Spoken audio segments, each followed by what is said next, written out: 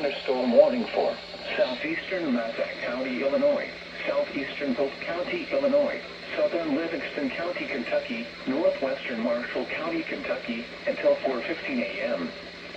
At 3:24 a.m., a severe thunderstorm was located 7 miles south of Lone Oak, moving northeast at 50 miles per hour. Expected hazards include ping-pong ball-size hail and 60 miles per hour wind gusts. This is a radar-indicated threat. The following impacts are expected. People and animals outdoors will be injured. Expect hail damage to roofs, siding, windows, and vehicles.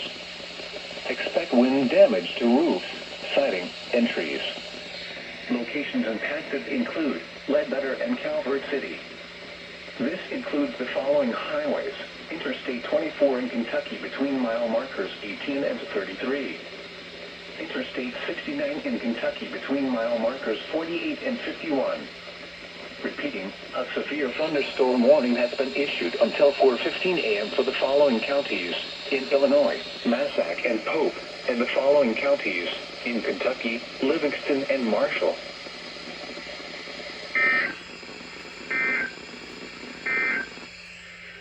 The National Weather Service